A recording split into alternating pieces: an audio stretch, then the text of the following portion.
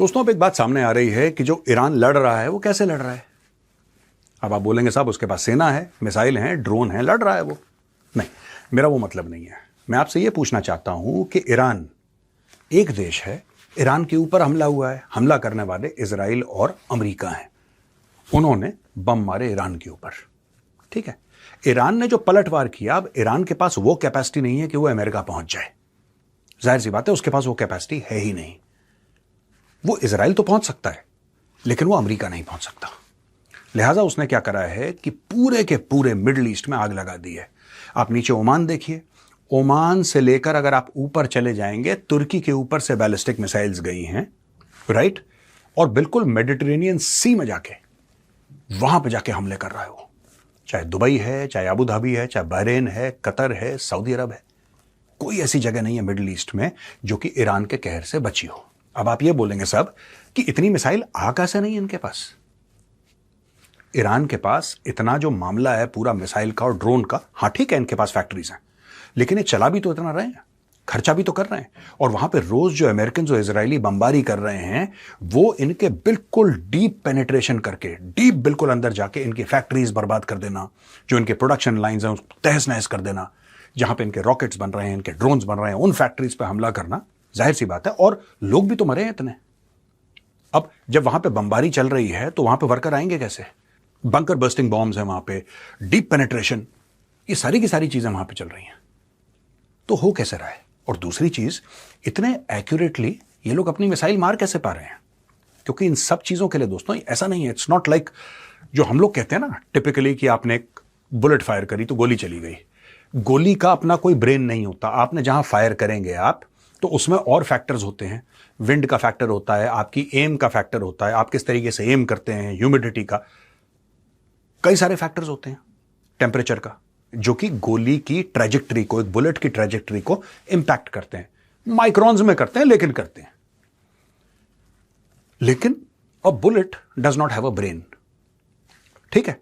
A ballistic missile has a brain, a cruise missile has a brain. ये brain आ कहां से रहा है उसके पास? कौन इसको ये बता रहा है कि ये यहां पे सीआईए हेडक्वार्टर है? कौन बता रहा है कि यहां से जहाज इतने बजे जाएगा, ये जहाज है, इसको तुम अटैक करो?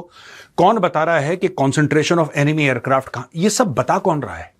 ये तो वही बता सकता है जिसके पास उस लेवल की सर्विलेंस कैपेसिटी हो, जिसके पास वो सैटेलाइट्स हो। क्या वो कैपेसिटी और वो सैटेलाइट्स ईरान के पास हैं? बिल्कुल भी नहीं, बिल्कुल भी नहीं। यह है रशिया के पास। और दोस्तों, रशिया मदद कर रहा है ईरान की, ऐसा लोग कह रहे हैं। और अगर कर भी रहा है तो हमें यह नहीं भूलना चाहिए कि जब रशिया और यूक्रेन की लड़ाई हुई थी तो यूक्रेन की पूरी मदद की थी अमेरिका ने और यूरोप ने, राइट। यानी कि इतने जो लॉस सहे हैं रशिया ने, यूक्रेन ने भी सहे, लेकिन रशिया ने भी सहे हैं। रशिया कहता है कि यार ये जितने भी देश हैं ना, specially the United States of America, इन लोगों ने मोटे हथियार दिए यूक्रेन को, जिसकी वजह से हमें नुकसान हुआ है। अब क्योंकि हमें नुकसान हुआ है, because we have suffered, now is the time to make America suffer and its allies suffer. तो रशिया इनको इंटेलिजेंस दे रहा है, इनको सैटेलाइट फीड्स दे रहा है, इनको कोऑर्डिनेट्स दे रहा है, इनको इंफॉर्मेशन दे रहा है, सर्विलेंस की फीड्स इनको दे रहा है। सब कुछ रशिया जो है वो ईरानियंस को दे रहा है। इसीलिए ईरानियंस इतने एक्यूरेटली चीजें मार पा रहे हैं।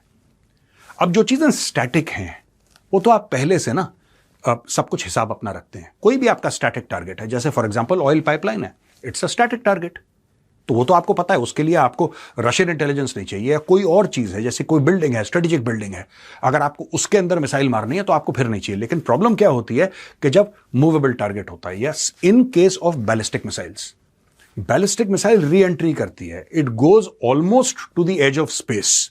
जो बैलिस्टिक मिसाइल है फिर वहां से री एंट्री करती है।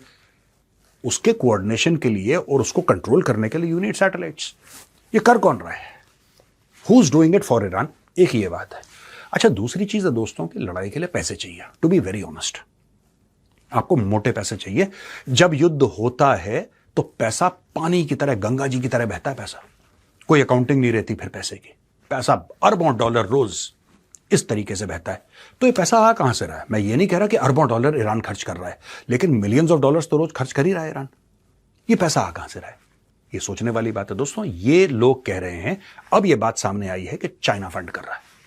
और चाइना लगातार दर लगातार फंड कर रहा है। चाइना क्यों फंड करेगा? एक ये फिलॉसफी है जो सामने आई है कि साहब चाइना को ना बड़ी परेशानी का सामना करना पड़ रहा है। मैं आपको बताता हूं लोग सोचते कैसे हैं, प्लानिंग कैसे करते हैं। बहुत इंटरेस्टिंग वीडियो होगा ये, आप देखिएगा एंड तक।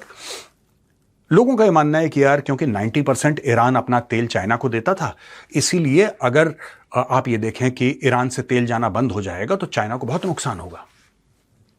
क्योंकि इसके पहले क्या हुआ था कि वेनेजुएला से तेल जाता था और चाइना बहुत सारा तेल लेता था वेनेजुएला से, तो चाइना को फिर नुकसान हो गया। ऐसा लोग मानते हैं। पहली बात तो मैं एक गलतफहमी क्लियर कर दूं, वेनेजुएला से कभी भी ज्यादा तेल नहीं गया। हां, सबसे बड़ा दुनिया का भंडार तेल का वेनेजुएला के पास है, इसमें कोई डाउट नहीं है। Venezuela has the largest reserves of oil, crude oil in the world, no doubt.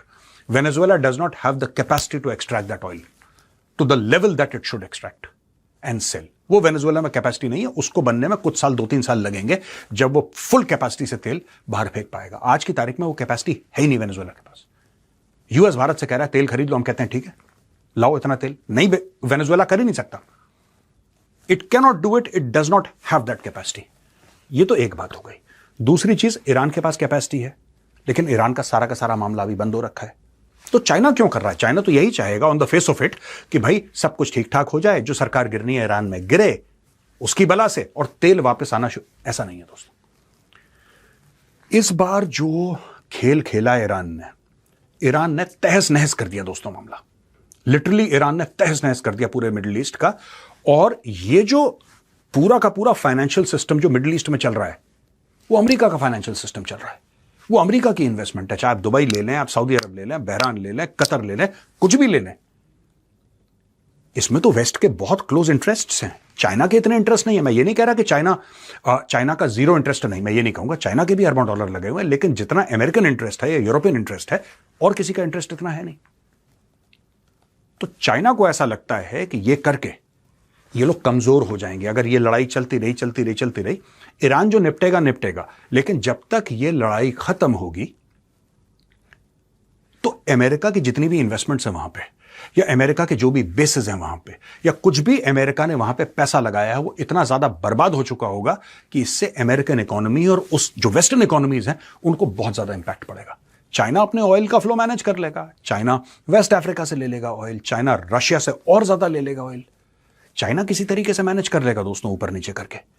लेकिन जब ये लड़ाई खत्म होगी, जिस दिन भी ये लड़ाई खत्म, मैं आज की बात नहीं कर रहा, मैं कह रहा हूं 6 हफ्ते बाद, 8 हफ्ते बाद, 1 साल बाद, 6 महीने बाद, जब भी ये ईरान की लड़ाई खत्म होगी, चाहे यहां पे तख्ता पलट हो जाए, ये पूरा का पूरा जो गल्फ का मामला है ये इतनी बुरी तरीके से डैमेज हो चुका होगा दोस्तों कि post war China will try and find a structure that suits China.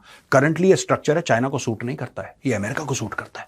China wants a post war structure that suits China, और इसलिए चाइना इस पूरी जंग में पैसे लगा रहा है।